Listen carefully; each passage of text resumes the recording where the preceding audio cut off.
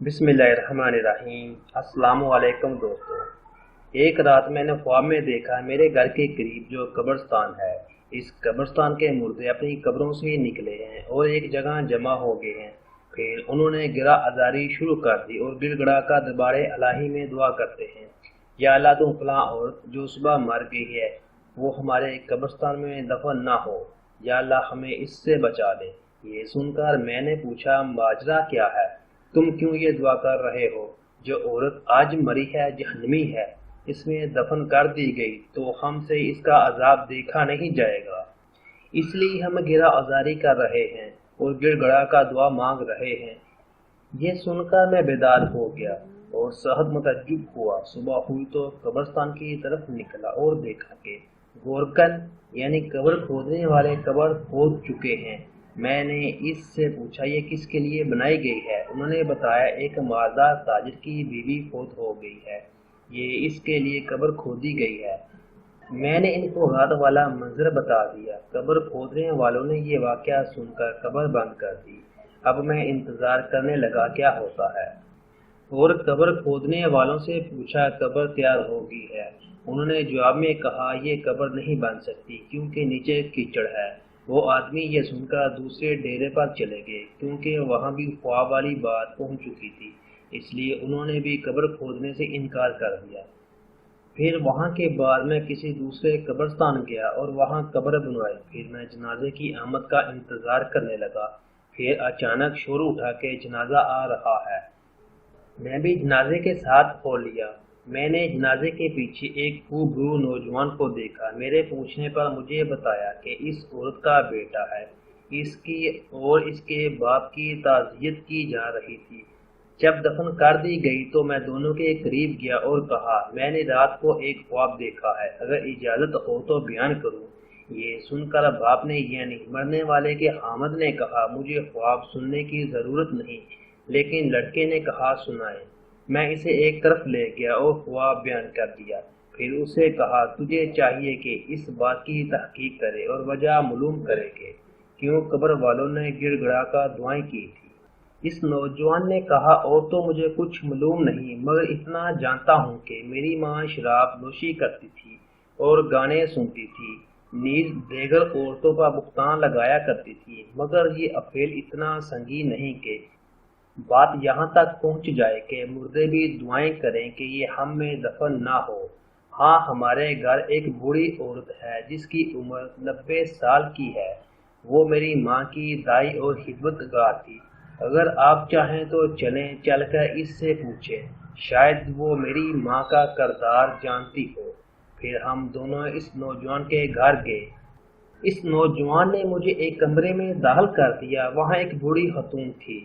اس نوجوان نے بڑھیا کو میری طرف متوجہ کیا۔ میں نے خواب بیان کر کے پوچھا کیا تیرے پاس کچھ معلومات ہے؟ یہ سن کر بڑھیا نے کہا میں اللہ سے دعا کرتی ہوں کہ وہ اسے بخش دے، وہ عورت بہت زیادہ بدکار تھی۔ اس پر نوجوان نے بڑھیا سے پوچھا کیا میری ماں شراب نوشی، گانا سننے اور عورتوں پر بہتان لگانے کے سوا بھی گناہ کرتی تھی؟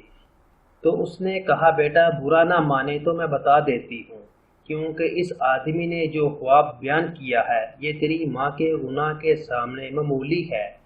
نوجوان نے کہا میں چاہتا ہوں کہ تو ہمیں بتائیں تاکہ ہم ایسے کردار سے بچ جائیں اور عبرت حاصل کریں۔ یہ سن کر بڑھیا رونے لگی۔ خدا تعالیٰ جانتا ہے میں نے کئی سالوں سے توبہ کر لی ہے اور مجھے امید تھی کہ تیری ماں بھی توبہ کر لے گی، مگر اس نے توبہ نہیں کی۔ اب میں تمہیں 3 کارنامے تیری ماں کے سناتی ہوں۔ بوڑھیا نے اس عورت کے لڑکے کو مخاطب کر کے کہا تیری ماں بہت بڑی بدکار تھی۔ ہر دن 1-2 نوجوان اس کے گھر آتے تھے جس سے وہ اپنی خواہش پوری کرتی تھی، اور تیرا باپ بازار میں کام کرتا تھا۔ تو جب جوانی کو پہنچا تو نہایت حسین نوجوان تھا۔ میں دیکھا کرتی تھی کہ تیری ماں تیری طرف شاہ عورت کی نظر دیکھا کرتی تھی، حتیٰ کہ ایک دن تیری ماں نے مجھے کہا میں اپنے بیٹے پر فدا ہو گئی ہوں، کسی طریقے سے اس کو میری طرف راغب کر۔ میں نے سن کر تیری ماں سے کہا بیٹی یہاں تک کیوں جاتی ہے؟ تیرے لیے اور بہت سارے نوجوان ہیں جن سے تو اپنی خواہش پوری کر سکتی ہے۔ لہٰذا بیٹی تو اللہ تعالیٰ سے ڈر اور اس ارادے سے باز آ جا۔ تو تیری ماں کہتی تھی نہیں مجھے اس کے سوا صبر نہیں۔ تو میں نے تیری ماں سے پوچھا تو اس مقصد میں کیسے کامیاب ہو سکتی ہے کہ تیرا بیٹا ابھی نو عمر ہے، تو خام خواہ بدنام ہوگی، لہذا خدا کے لیے اس ارادے سے باز آ جا۔ تو تیری ماں نے مجھ سے کہا جو میری مدد کرے تو میں کامیاب ہو سکتی ہوں۔ میں نے پوچھا کیا کیا جائے؟ تو تیری ماں نے کہا فلاں گلی کے مکان میں ایک عرضی نویس ہے، وہ خط لکھ کر مردوں کو عورتوں سے ملاپ کراتا ہے اور اجرت لیتا ہے، تو اس سے کہہ کہ وہ میرے بیٹے کو تحریر لکھے اور نام لیے بغیر کہے کہ ایک دو شیزہ تجھ سے عشق کی حد تک محبت کرتی ہے، وہ تجھ سے فلاں جگہ فلاں وقت ملنا چاہتی ہے۔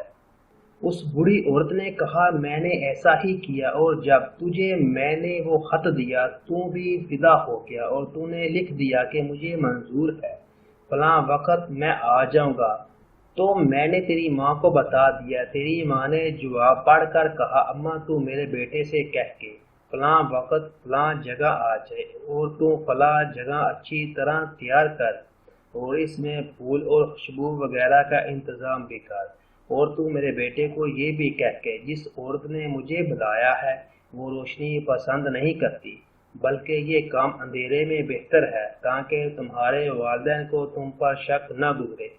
پھر میں تیرے پاس آئی تھی تو نے یہ بات مان لی اور رات کا وقت مقرر ہوا، میں نے تیرا جواب تیری ماں کو پہنچایا تو اس نے بہترین کپڑے پہنے اور عمدہ خوشبو لگائی اور وہ اس جگہ میں پہنچ گئی، اور پھر تم بھی پہنچ گیا، اور پھر عیش ساری رات تک جاری رہی، پھر تم وہیں سو گیا تو میں نے صبح کے وقت آ کر تجھے جگایا۔ پھر چند دنوں بعد تیری ماں نے مجھ سے کہا اماں میں اپنے بیٹے سے حاملہ ہو گئی ہوں، اب میں کیا کروں؟ تو میں نے کہا مجھے تو کچھ سمجھ نہیں آ رہی کہ تم کیا کرے، لیکن تیری ماں کسی بہانے سے تجھ سے اپنی خواہش کرتی رہی، حالانکہ ولادت کا وقت قریب آ گیا۔ تو تیری ماں نے تیرے باپ سے کہا میں بیمار ہوں، میں چاہتی ہوں کہ کچھ دن اپنی ماں کے پاس رہوں، تو تیرے باپ نے اجازت دے دی۔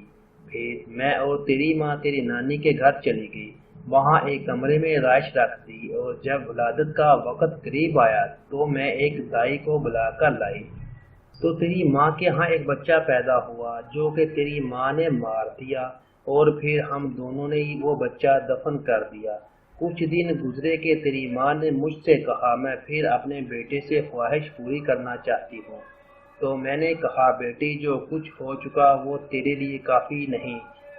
تو تیری ماں نے کہا مجھے صبر نہیں، اور پھر اسی طرح یہ سلسلہ شروع ہو گیا۔ پھر جب وہ دوسرا واقعہ سنانے لگی تو اس عورت کے بیٹے نے یہ کہہ کر بات ختم کر دی اب بس کر، اتنا ہی کافی ہے، اللہ میری ماں پر لعنت کرے اور ساتھ تجھ پر بھی لعنت ہو۔ یہ کہہ کر وہ اٹھ کھڑا ہوا اور میں بھی اس کے ساتھ اٹھ کر آ گیا۔